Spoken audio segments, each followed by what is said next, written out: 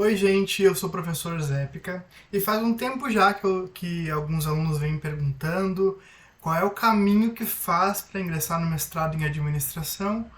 E aí eu tenho tirado algumas dúvidas com relação a isso, resolvi elaborar então esse breve tutorialzinho assim, esse breve comentário acerca do que fazer, de que forma fazer para conseguir ingressar no mestrado, tanto em administração quanto em ciências contábeis, tá? Então vem comigo para a gente poder conversar um pouquinho sobre isso. Basicamente, a gente precisa ter em mente que são 4 etapas para tu conseguir entrar no mestrado efetivamente, né? Que se compõe, primeiro, do teste AMPAD, da elaboração do teu projeto de pesquisa, da entrega dos teus títulos e de participar e passar pela entrevista.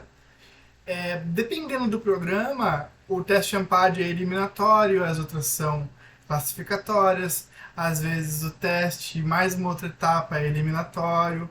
Então, assim, tem que ver especificamente qual programa que tu quer ingressar, dar uma olhada absoluta no edital antes de qualquer coisa para entender o que o programa está pedindo, né? Essas 4 etapas são super genéricas.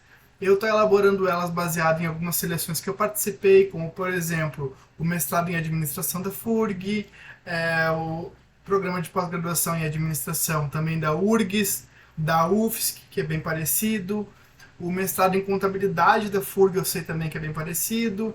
Então, assim, isso aqui é uma ideia bem genérica para dar um pontapé inicial, certo? Então, vamos começar a conversar com relação ao teste AMPAD, certo? O que é importante a gente saber desse teste AMPAD, tá? Ele normalmente é algo eliminatório, então tu precisas fazer esse teste para começar a ingressar, né? Quase todos os programas pedem ali a nota do teste AMPAD.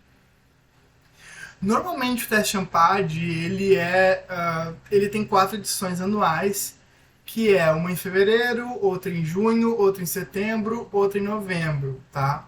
Eu coloquei no cantinho o QR Code, quem quiser acessar, vai cair na página do teste AMPAD, onde vai ter ali as datas, né, em que pretende se aplicar o teste, que dia que vai ser aplicado. Esse teste, ele era presencial, né? A gente prestava ele dentro da universidade. Com a pandemia se alterou aí para um formato online que tu presta na tua própria casa, tu tá na tua casa com a tua câmera ligada e aí tem vários dispositivos de segurança para cuidar do teu movimento. Tu só pode usar uma tela, tem todo um esquema, né, para esse teste ser validado, mas tu presta ele em casa ultimamente, né? Eu prestei acho que 3 edições dele presencial e uma edição dele online. Achei a online um pouco mais difícil, assim, pela questão da forma. Eu não sei, eu não gostei de ter alguém o tempo todo te dizendo, não te mexe, sabe? É algo meio criterioso, assim, a forma que o teste é aplicado. Mas enfim, tá? Ele é aplicado em casa, no Safe Browser, tudo isso dá para ver aí pelo site, pelo QR Code. O que eu quero comentar especificamente é o seguinte: primeiro, o conteúdo desse teste, tá? Esse teste ele é composto de 4 provas, então tem uma prova de interpretação de textos em língua portuguesa, uma de interpretação de textos em língua inglesa, uma de raciocínio lógico quantitativo e uma de raciocínio analítico. Vamos lá. A de textos em língua portuguesa, aquela prova de português, né? Vai te dar o texto, vai te dar um trecho grande de texto, vai ter que fazer a interpretação correta desse texto. Tem 10 questões para fazer essa interpretação. Língua inglesa, a mesma coisa, tá? Tu tens ali o texto em inglês, vai ter a pergunta, o enunciado, respostas em inglês para tu poder marcar, né? Essa prova ela é totalmente objetiva. Raciocínio lógico quantitativo, ele envolve lógica, né? Então lógica proposicional, as inferências lógicas, envolve matemática também, né? Então envolve questões de regras de matemática, de progressão, de porcentagem, algumas coisas nesse sentido, tá? E o raciocínio analítico, que é aquela inferência do texto, né? O que tu pode tirar do texto, o que tu consegue interpretar do texto, sem criar algo, né? E esse é o conteúdo básico da prova, tá? E se tu jogar no Google assim, teste Ampad, tu vai pegar algum teste Ampad antigo, tu acha no Google, é bem simples até de encontrar testes antigos. Uma coisa importante é que quanto mais atual o teste, mais difícil a prova vai ficando. Então, se tu pegar um teste Ampad tipo 2003, é uma coisa muito simples que não se faz mais daquela forma, tá? Aquelas lógicas de proposição mudou completamente, a matemática exigida é outra, o nível de absorção em inglês já é outro, então tem que pegar quanto mais atual o teste que tu encontrar na internet, melhor vai ser, tá? Então, com relação ao conteúdo, uma coisa importante é que assim, ó, esse teste antigamente ele é um teste que não dava tempo de fazer inteiro, tá? No período da prova. Eu não me recordo quanto tempo tem para fazer esse teste, mas era uma prova muito extensa, não dava tempo. Com o online eu acho que fica mais fácil gerenciar o teu tempo, porque tu tem ali o reloginho, fica tudo ok. Mas é algo que tu tem que priorizar a área que tu mais sabe. Porque a nota do teste Ampad não vai ser tipo um ponto por cada acerto. É uma média meio assim. Não vou saber explicar adequadamente, mas se todo mundo acerta aquela questão, vale menos para todo mundo. Agora, se todo mundo erra e poucas pessoas acertam, aquele acerto vale mais. Então, a prova Ampad ela é uma prova que tu concorre contigo, com teus acertos, mas também com os colegas, né? A nível de Brasil, dependendo do desvio aí de acertos na prova. O conteúdo é esse. A pontuação mínima depende do programa. Cada programa pede uma pontuação mínima, tá? Então, a nível de exemplo, assim, PPGA de administração da FURG pede 250 pontos. O PPGA da URGS, se eu não estou enganado, era 300 pontos.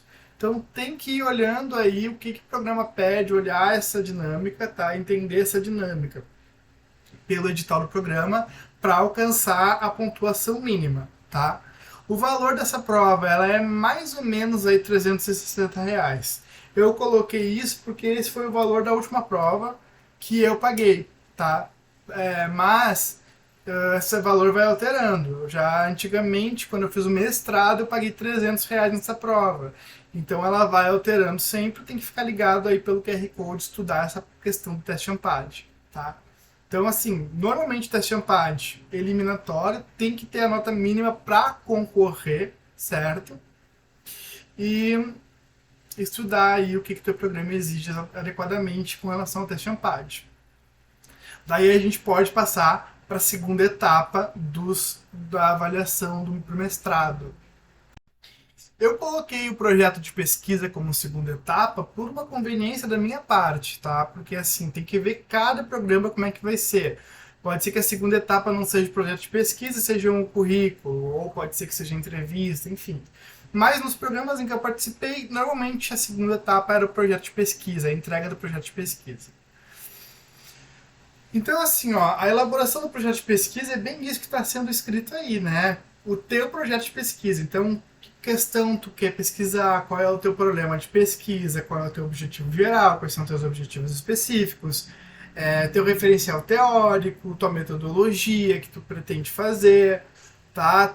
Onde tu pretende aplicar esse estudo, se vai ser um estudo, se vai ser uma survey, se vai ser um estudo fenomenológico, tudo isso tem que colocar no teu projeto de pesquisa, tá? Se vai ser entrevista, se vai ser questionário, tudo isso vai ali, tá? Eu coloquei no QR Code aí, só para ter uma ideia, tá? Um projeto de pesquisa, um dos últimos projetos de pesquisa que eu escrevi para ingressar no doutorado em administração da UFSC, que era um projeto sobre limitações digitais. Então, só para ter uma ideia de como é que é isso, tá? Mas para desenvolver esse projeto de pesquisa, tu precisa ter em mente, primeiro, as áreas de concentração do programa que tu está tentando entrar. Então, por exemplo, se tu for entrar na área de concentração do programa da FURG, tu tens ali gestão organizacional.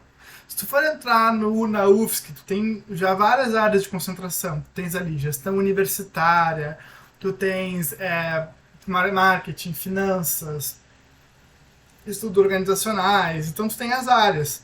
Tu tem que saber que área que tu quer ingressar para te começar a alinhar o teu projeto de acordo com essa área.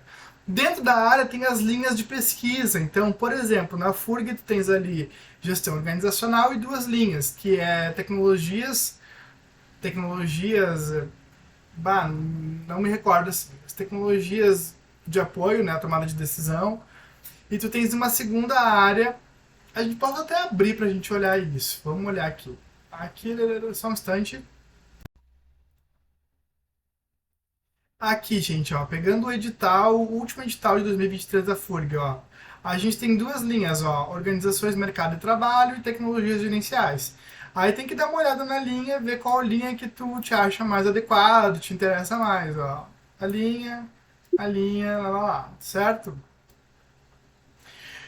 Dentro da linha, tu vai ter que identificar os laboratórios de pesquisa ou as pesquisas que se desenvolvem nessa linha, para tu começar a entender o que se trabalha, o que se escreve, o que se produz, né? Para tu poder chegar na ideia de um professor orientador, tá? Essa é a sugestão que eu dou. Que tenhas um professor bem em mente. Quem é o professor que eu quero ingressar? Por quê? Porque daí tu olha o currículo desse professor, vê quais são as últimas pesquisas dele, e aí tu faz um teu projeto de pesquisa bem alinhado aí, mais ou menos ao que ele pesquisa, ao que ele trabalha, porque daí a tua chance de ingressar no programa ela fica maior. Se tu faz um programa solto, desculpa, um projeto solto, sem olhar nada disso, sem perceber o orientador, sem perceber as linhas, sem perceber laboratório, lá. Tu vai entrar, de repente tu entra. De repente o orientador aceita te orientar, sim. Mas fica um pouco mais difícil, né, não ter esse alinhamento. Até porque isso é uma coisa que pouco vai ser dito, mas é uma realidade, não tem por que esconder. O projeto de pesquisa que tu entra, normalmente não vai ser a pesquisa que tu vai fazer no mestrado ou no doutorado. Tu entra com ele só a nível de os professores perceberem se tu tá perto do que eles querem pesquisar, se tu sabe fazer projetos, se tu tá adequado naquilo que tu tá propondo, porque o teu projeto ele fica no esquecimento, tu vai fazer um novo projeto na orientação do teu orientador. Então, assim, segunda etapa, projeto de pesquisa, dá uma olhadinha no QR Code aí, mais ou menos a estrutura, lembrando que cada programa é de uma forma, mas tem aí uma ideia para poder mais ou menos se guiar, certo? E daí a gente pode ir para nossa terceira etapa aqui pela minha conveniência de apresentação, que é a análise de títulos, tá? Então, análise de títulos. Aqui eu coloquei um QR Code, que é o meu currículo Lattes. Para quem nunca viu, não sabe o que, que é, não tem noção do que é, o currículo Lattes, ele... Bom, se tu clicar aí no... Se tu entrar no QR Code, tu vai cair nessa tela aqui, ó, tá? Que vai pedir para tu fazer aí a verificação do robozinho, né? Vamos lá. Bora lá, vamos lá. E aqui abre o currículo Lattes, tá? Onde tu vai ter aí toda a experiência docente, toda a experiência de pesquisa, ó, de produção, de trabalho profissional ainda, os projetos de pesquisa em que tu participou, os projetos de ensino, de desenvolvimento, se tu foi avaliador de periódico, os artigos, essa parte é a mais importante, os artigos publicados, depois a apresentação de trabalho e outras questões, tá? Isso aqui é só para ter noção. Bah, eu nunca fiz meu currículo Lattes. Entra nesse QR Code que eu te indiquei, clica nessa aba aqui em cima, ó, currículo Lattes, vai entrar aqui e cair o site. Normal, tá sempre caindo o site do currículo Lattes. Mas aí tu vai clicar nessa parte do currículo Lattes, vai abrir ali, atualizar currículo, criar currículo, e tu cria o teu currículo Lattes. Toda seleção vai precisar do currículo Lattes, e é inevitável, tá? Então, criar o seu currículo.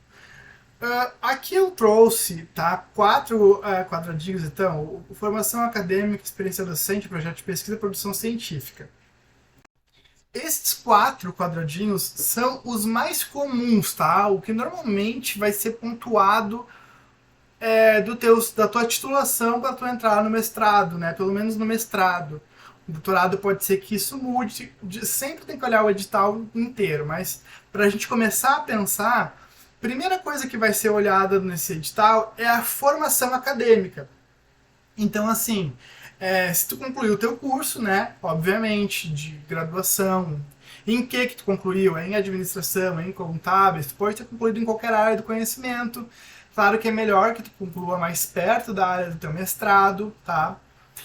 Então, se tu tem alguma outra pós-graduação, se tu tem algum outro mestrado, se tu tem alguma outro aperfeiçoamento, então, qual é a tua formação acadêmica, tá?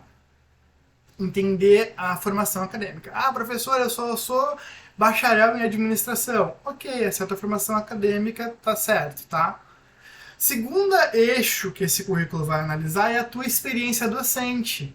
Aí eu vou resgatar aqui do próprio edital que eu estava analisando, a experiência docente, o que, que normalmente os editais vão cobrar, não vão cobrar, tá? Porque essa etapa dos títulos, é importante dizer, normalmente ela é classificatória, ela não é eliminatória.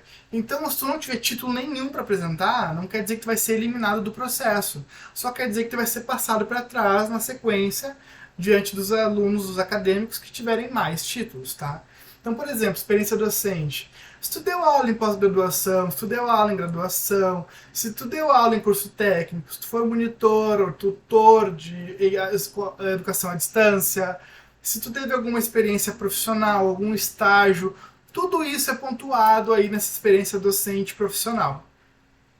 Tá? Então, esse quadradinho aqui tem a ver com aquilo que tu trabalhou, tanto na vida profissional, assim, sem ser acadêmica, mas de forma mais pontual acadêmico, né? Uh, com relação ao projeto, a projetos de pesquisa que tu tem atuado, então qualquer participação que tu tenha feito, por exemplo, iniciação científica, recebendo alguma bolsa, tipo ProBic, FAPERG, CNPq ou outra bolsa, tá? Ou então participação voluntária em projeto de pesquisa também, né? De qualquer projeto de pesquisa que qualquer professor tenha te colocado, que tenha atuado, né? Isso aí ele conta normalmente ou por semestre, ou por ano, ou por mês. Aí tem que olhar o edital para ver mais ou menos qual é o estilo, né? O da FURG eu sei que é por ano. E por fim, o quadrado mais importante, eu diria, tá? Que é o quadrado da produção científica. Então, assim, produção científica, tudo aquilo que tu pesquisou, escreveu artigo e publicou. Seja em evento, seja em revista, seja em livro. Só para ter uma noção, eu vou trazer de novo o edital da FURG para a gente poder dar uma olhada. Ó. Aqui a gente tem artigo publicado em Qualis A1 ou A2, Qualis B1 ou B2, Qualis B3 ou B4 ou B5, ó, quanto que vale cada artigo. Isso aqui vai mudar com certeza, porque entrou o Qualis novo, né? Então dificilmente vai permanecer esse A1, A2, porque agora é A1, A2, A3, A4, então vai ter que olhar isso de novo, né? Mas dá para ter uma noção que, tipo, um artigo com qualis mais baixo em revista, 1.5. Artigo publicado em anais de evento, 1 por trabalho. Resumo, ó, 0,5. Então, resumo, por exemplo, na FURG, o resumo da MPU, vale 0,5 por trabalho, sabe? Qualquer livro, capítulo, ó, capítulo vale 0,5, livro vale 2. Então tem que analisar isso com calma, tá? É importante analisar isso quando vai fazer essa questão do título, né? Quando vai fazer o teu curricular, colocar toda essa publicação ali, tá? E aí a gente pode ir comentar a etapa final aí, né? Normalmente a etapa final, tá? Que é a etapa da entrevista, tá? A etapa da entrevista, ela normalmente ela vai tipo, fazer algumas perguntas bem específicas, tá?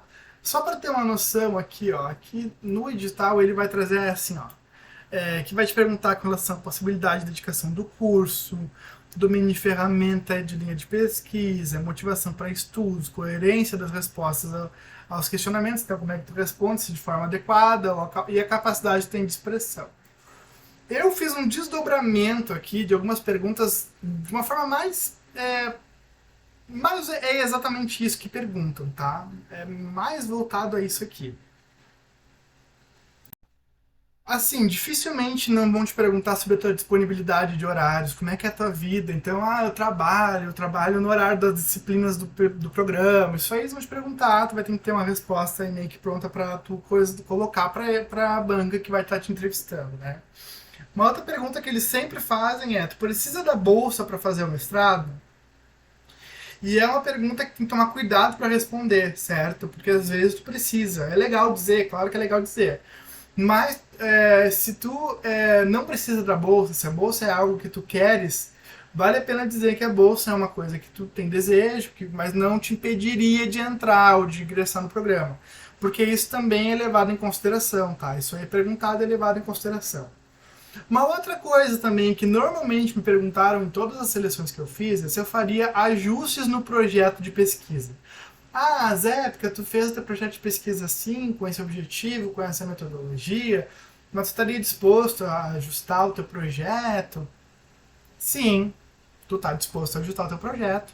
Até porque tu vai cursar disciplinas e tu vai querer mudar alguma coisa, tu vai conversar com o teu orientador, ele vai querer te levar para algum outro lado mais para perto daquilo que ele pesquisa, então tem que estar disposto a ajustar o projeto e saber que não vai sair aquilo que tu te propôs inicialmente, vai sair alguma outra coisa, tá?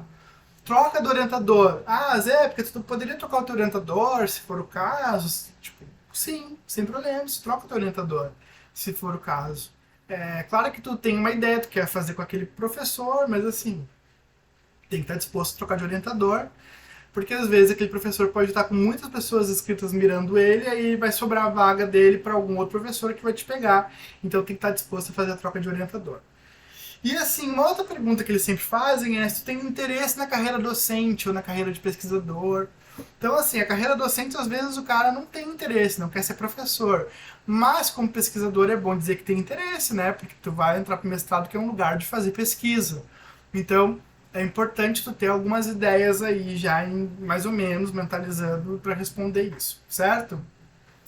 Gente, eu não tinha grandes pretensões de exaurir o tema, tá? Eu tinha ideias de levantar algumas questões, tá? Começar a conversar sobre algumas questões para quem está sempre sendo perdido e não sabe como é que faz para entrar no mestrado, tá? Então tá aí meu contato, meu Insta, quem quiser escanear e me seguir aí no Insta, trocar uma ideia vai ser um prazer. E aí também tá o meu e-mail, certo? E para todo mundo aí, um beijo, um abraço e boa sorte nos seus processos seletivos. Valeu, gente!